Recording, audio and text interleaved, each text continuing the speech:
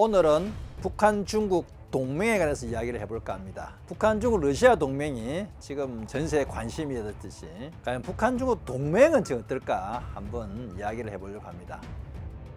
북한과 중국은 1961년 7월 11일 날 지금의 북한, 중국 동맹을 맺습니다. 정확한 풀네임은 북한, 중국 우호협력 및 상호원조 조약이라는 긴 이름의 동맹을 맺었는데 그 상호원조 여기에 군사원조가 포함되어 있습니다. 그래서 그 조약의 제2조에 보면은 어느 한쪽 일반 국가가 한 나라나 연합국에 의해서 침략을 받으면 공격을 받으면 전쟁 상태가 되면은 지체 없이 지원한다는 조항이 들어있습니다. 그래서 우리는 그것을 북중 군사 동맹, 북중 동맹이라도 부르게 하는데요. 북한과 중국이 그 동맹을 맺은 것은 1961년 5월 달에 한국에서 엄청난 일이 발생했죠. 5.16 쿠데타가 생기면서 한국에 반공 정권이 들어서면서 그에 대해서 북한 김일성이 깜짝 놀라가지고 먼저 지금의 러시아와 군사동맹을 맺고 며칠 뒤에 중국과 군사동맹을 맺은 게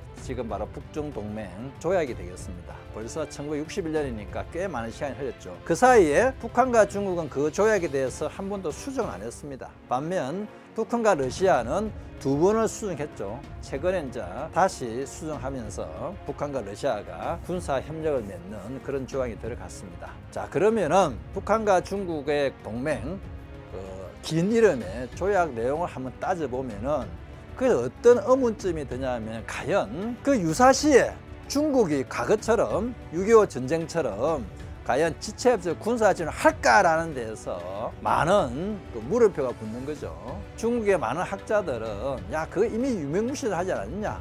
우리가 북한을 왜 도와주느냐?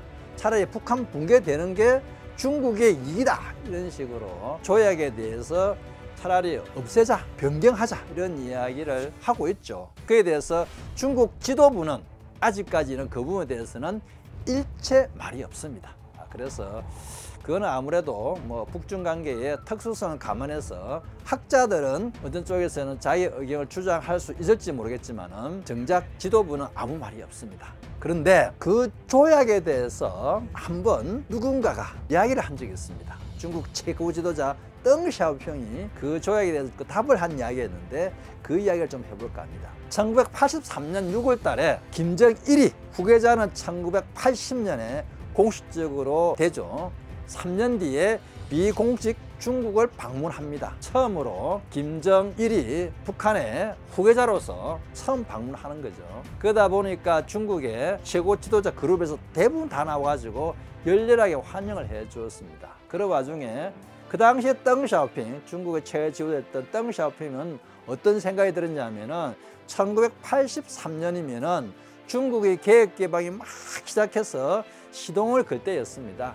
1979년 1월 달에는 미국과 수교를 한 상태죠. 그렇기 때문에 한참 개혁개방에 대해서 피치를 올릴 시기였고, 한편으로는 덩샤오핑 입장에서는 북한도 중국처럼 개혁개방 해주기를 바랬죠. 왜냐하면 중국 입장에서는 주변 국가가 안정되는 것, 주변 국가에 신경을 안 쓰는 그런 환경이 중국이 제일 바라는 상황이었기 때문에 북한이 행여나 과거처럼 도발을 할 경우에는 또 중국이 경제성장, 개혁개방에 집중할 수 없기 때문에 그래서 개혁개방의 장점을 김정일한테 많은 설명을 했었죠. 그런데 김정일은 그 당시 거기에 별로 관심이 없었습니다. 북한은 개혁개방을 준비도 안 되어 있었고 김정일은 중국의 개혁개방에 대해서 내심적으로는 불편하게 생각했죠. 왜냐하면은 중국이 개혁개방하면은 옛날 같은 혈맹관계가 무너질 거라고 보았던 거죠. 그래서 김정일은 덩샤오핑과 회담을 하면서 대뜸 이런 질문을 합니다. 유사시에 만약에 한반도에 전쟁이 발생하면은 중국은 어떻게 할 것인가? 라는 이 질문을 하게 됩니다. 사실 덩샤오핑 입장에는 그걸 고민을 쉽지 않았는데 참 어떠면 자기보다 한참 어린 김정일이 그런 질문을 하니까 내심 기분이 좋지 않았습니다. 그때 덩샤오핑이 그 조약에 대해서 김정일은 그 조약의 유효성을 한번 질문한 거죠. 군사동맹조약 1961년에 맺은 그 조약에 대해서 덩샤오핑의 말이 그거는 그때 가서 생각해 볼 문제다 라고 답을 합니다. 한마디로 말해서 그 조약을 중국이 실천할 수도 있고 실천 안 할 수 있다는 그 양면적인 포함되어 있는 거죠. 대개 중국 지도자들은 말을 할 때 보면 굉장히 은유적으로 표현합니다. 직설적으로 yes or no를 하지 않죠. 그때 가서 생각해 볼 문제다. 이 말이 또 북한 입장에서는 많은 상상을 해야 되는 말이었습니다. 현재 그 조약에 대해서 유일하게 답을 한 사람은 덩 샤오핑이었습니다.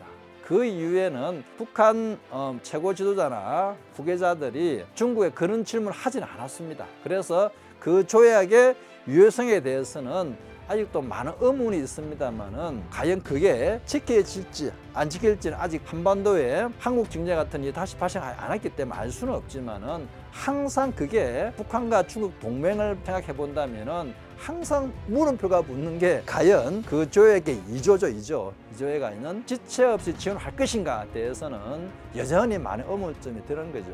지금 한국이 어쨌든 간에 비상계엄에 대해서 선포도 하고 해제했기 때문에 여러 가지로 우선순위합니다. 그렇기 때문에 이런 상황에 제일 걱정되는 게 과연 북한이 어떻게 움직일까? 그게 이제 우리 안보 차원에서 제일 궁금한 부분이죠. 현재까지는 특이 동의 없다고 우리가 알고 있고, 미국 국방부 장관도 아직까지는 뭐 북한에서 이상 지원은 없다고 말을 하고 있습니다만은 그래도 우리 입장에서는 걱정 안 할 수가 없는 거죠. 그러다 보니까 과연 북한이 어떻게 할지, 만약 유사시에 어떤 일이 발생하면 큰일이잖아요. 그럴 경우에 과연 중국은 어떻게 움직일까라는 것도 우리가 한 번쯤은 고민을 해보게 되는 상황입니다. 그래서 그 2조 조항을 보면요, 한 국가나 연합국이 북한을 공격할 때 지체 없이 지원한다는 겁니다. 만약에 북한이 먼저 공격할 경우에는 그런 지원 부분에 대해서 언급이 없습니다. 그러니까 지원할 수도 있고 안 할지도 모르겠습니다만은 지금 북중 관계를 보면 불편하잖아요. 그렇기 때문에 설령 북한이 그런 걸 하더라도 중국은 아마 관여를 하고 싶지 않을 겁니다. 그런데 또 모르죠. 어쨌든 간에 그 조항의 내용은 공격을 받을 경우에 그 다음 반격으로서 군사협력 지체 없이 지원한다는 내용만 있기 때문에 실제로 먼저 북한이 공격할 거에 대해서는 중국이 어떤 스탠스를 취할지는 지금 알 수는 없는 겁니다. 다만 우리가 지금 하도 비상계엄 이후에 여러 가지로 안 문제는 굉장히 지금 심각한 정치적 문제가 있기 때문에 자칫 우리의 외부들은 과연 어떻게 우리 한반도를 바라볼지, 그리고 그게 우리 안보에 어떤 위협이 되는지 우리가 조금 지금 간과할 수가 있다 생각이 듭니다.